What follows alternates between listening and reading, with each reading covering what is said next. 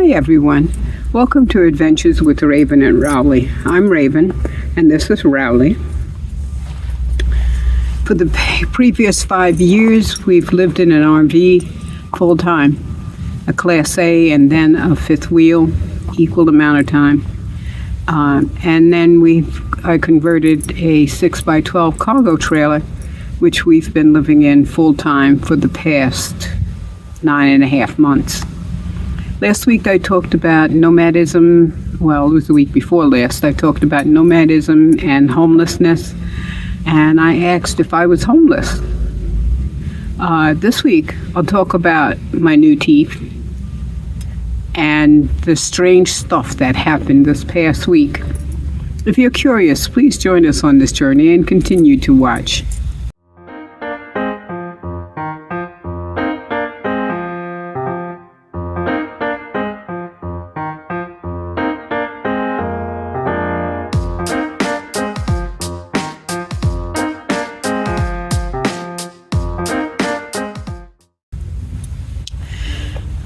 This past Sunday, I was a participant in the Women's Virtual Caravan online. I hadn't attended one of the virtual caravans for at least 3 weeks before. I was just kind of out of it, you know. I didn't know what the topic of discussion was going to be. Of course, they never tell you ahead of time what the topic of discussion is going to be anyway. It turned out that they were talking about how we felt when we had, if and when we had to go back to a sticks and bricks existence, which was right up my alley, my primary topic. I had been trying to deal with this for about a month. I mean, I know I want to go live on the other side of the world. I know it's going to be exciting. I know it's going to be fun.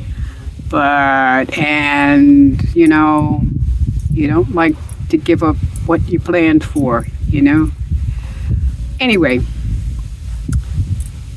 because of this topic and the discussion that followed for the next hour, I realized I was grieving for my nomad life. I really was grieving.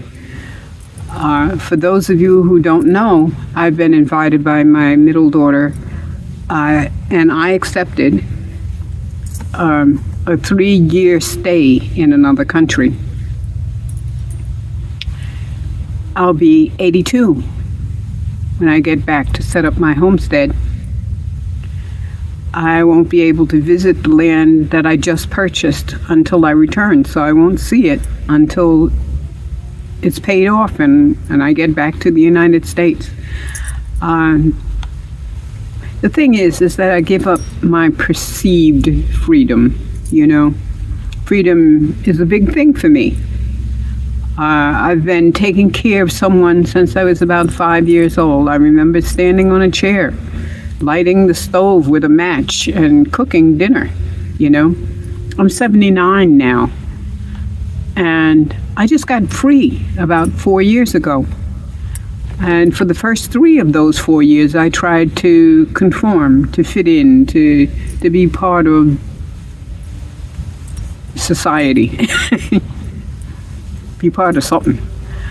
But the biggest thing, the happiest thing, the wonderfulest thing was that I moved out into the desert onto BLM land.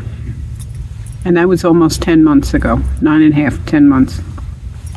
Well, I was listening to the Women's Virtual Caravan, and Val was a member there. Thank you, Val. Pointed out that I should be making a list of things I want to do, not just sitting around grieving, oh my gosh, I'm not going to be able to do this and I'm not going to be able to do that. And, well, what the heck do I want to do? She said, and this hit the spot for me and brought me out of my depression. She said, they must camp there.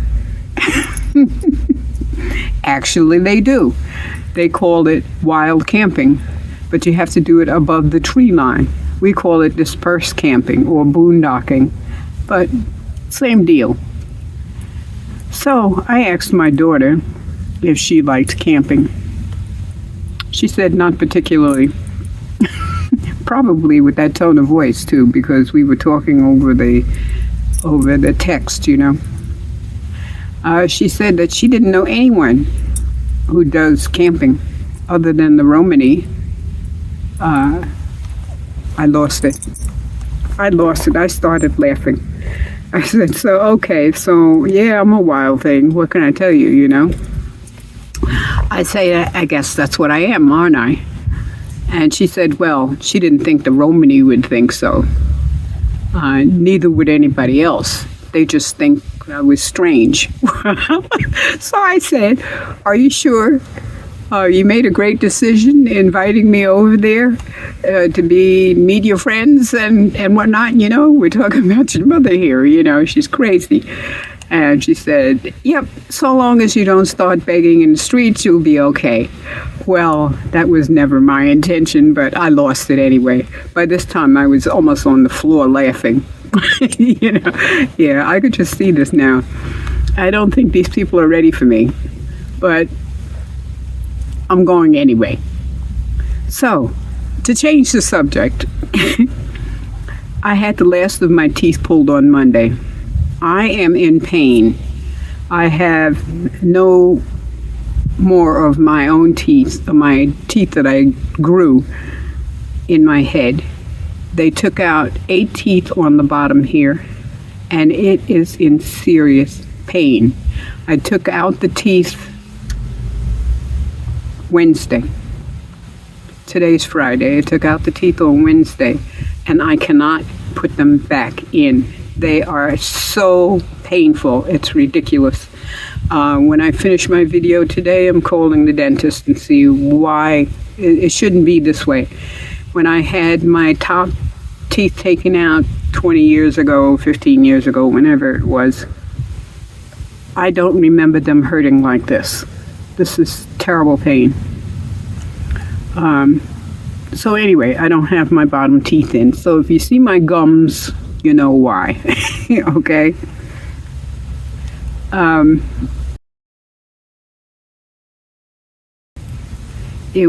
was surprised that they have my name on it.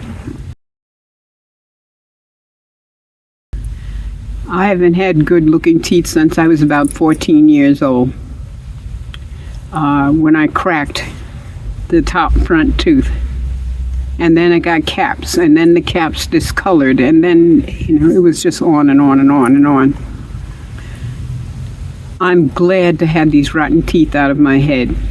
I almost immediately felt better after they were gone. I felt like the inflammation in my body had decreased.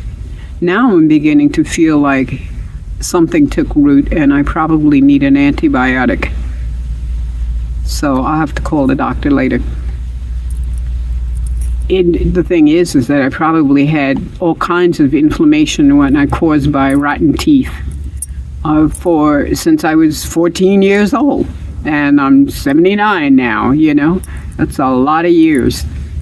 It's been a shame that I had to use the benefits of 2 years to get my teeth fixed. So I started in December and finished in January. So it's crazy. It's just crazy that we as Americans have to go through this kind of stuff, especially since bad teeth can kill you. With the diseases that they can propagate, and as I said, inflammation in my entire body, my whole life. You know, I'm sure of it. It's a shame that you can't get a doctor for more than 15 minutes every 3 months. But to get a dentist, eye doctor, hearing aids is near impossible and are necessary for good health. And we, the greatest country in the world, we tell ourselves. Of course, I don't know what 1 hour per year going to the doctor is going to do for me. I mean, you spend, 15 minutes of your 15 minutes trying to tell the doctor what's wrong with you, who is at the same time sitting at a desk typing in what you're saying into the computer and not really hearing you or looking at you, or why bother? Basically, why bother? Tuesday, I went into town to get my propane tank refilled, to take care of the garbage, get the mail, take a shower, etc. Okay, didn't do laundry this week. Each tank lasts about 11 days, running full-time day and night to keep the place heated, and I cook too occasionally. When I went in Tuesday, after I filled my tank, my little small tank, I was gifted a 30-gallon tank. It's amazing. That'll last me almost a month. So I picked up the mail, and then I found that someone had sent me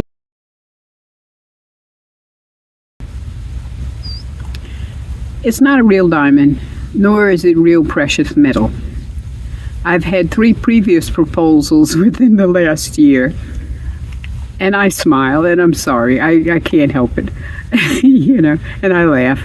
And I laughed then, and I'm sorry, but I can't help it.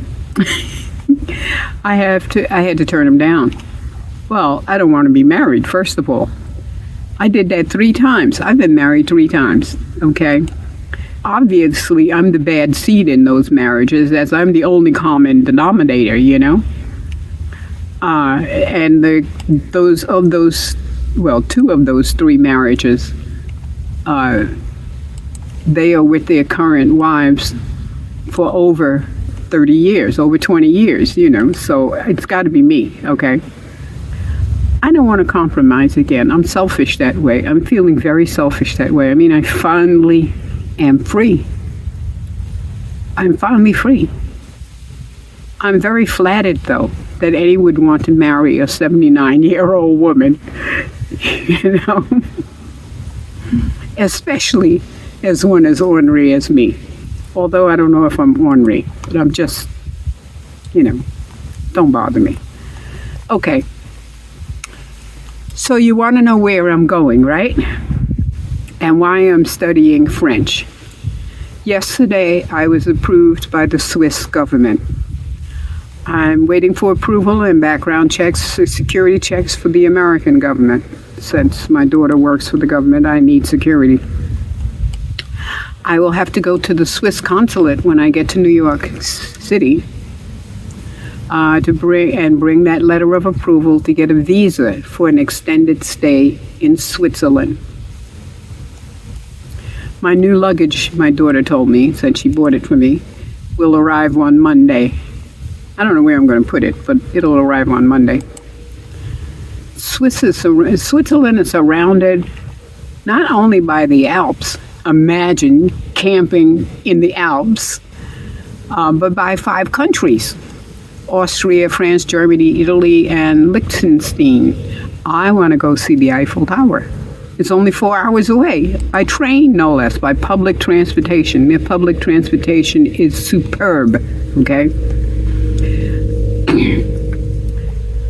And public transportation goes to all of these places. And I want to visit all of them. I'm going to be there for 3 years. I could visit all of them. I'd love to see the Eiffel Tower. I want to walk through the Louvre. I really do. Okay. I thought I'd be heading to New Jersey for the middle of February, in a couple of weeks, 3 weeks max. And Switzerland by the first week of March. But it doesn't look like we'll be getting to Switzerland during that time. It looks like we'll get there about the end of March. My oldest daughter and her friend, we hope, will be accompanying me to Switzerland, and they will stay for 2 weeks. So all of this should be real big time fun. It's unfortunate that my little daughter will have to work, and we'll be staying in her house and doing stuff, but that's the way it is, Anyway, the Rowley report, my sweetie pie right here. Wednesday, I took Rowley to the vet for his flu booster shot. He's got to have all the shots before we travel internationally, and they all have to be more than 30 days old and all of that kind of good stuff. But he was very good. He didn't want to go with the nurse, and he kind of hid behind my legs, He didn't try to bite her. He didn't cry. I had to pick him up and put him in her arms, for him to go with her, but he still was okay. She said she'll fill out the papers for the flight to New Jersey, no problem. Okay. So he's been hanging out in his crate. The nicest thing about that is that he's dragged all of his toys into the crate, which is wonderful because in a 6x12 trailer with toys all over the floor, it gets rough. So no more cluttered floors. I also have to find another vet for Rowley when we get to New Jersey, because I expect to be staying there at least 2 weeks. To visit with family and stuff like that, get my hair done. And that, of course, is more than 10 days. And the doctor's report has to be a maximum of 10 days old. So we got to get another vet. Anyway, thanks for watching. Please subscribe. Please share my videos too. That knocks at the doors of the YouTube algorithm, Also, check the like and the notification bells. And thanks for your support. And thanks for being here. Take care of you and yours. And blessed be. Right, Rowley?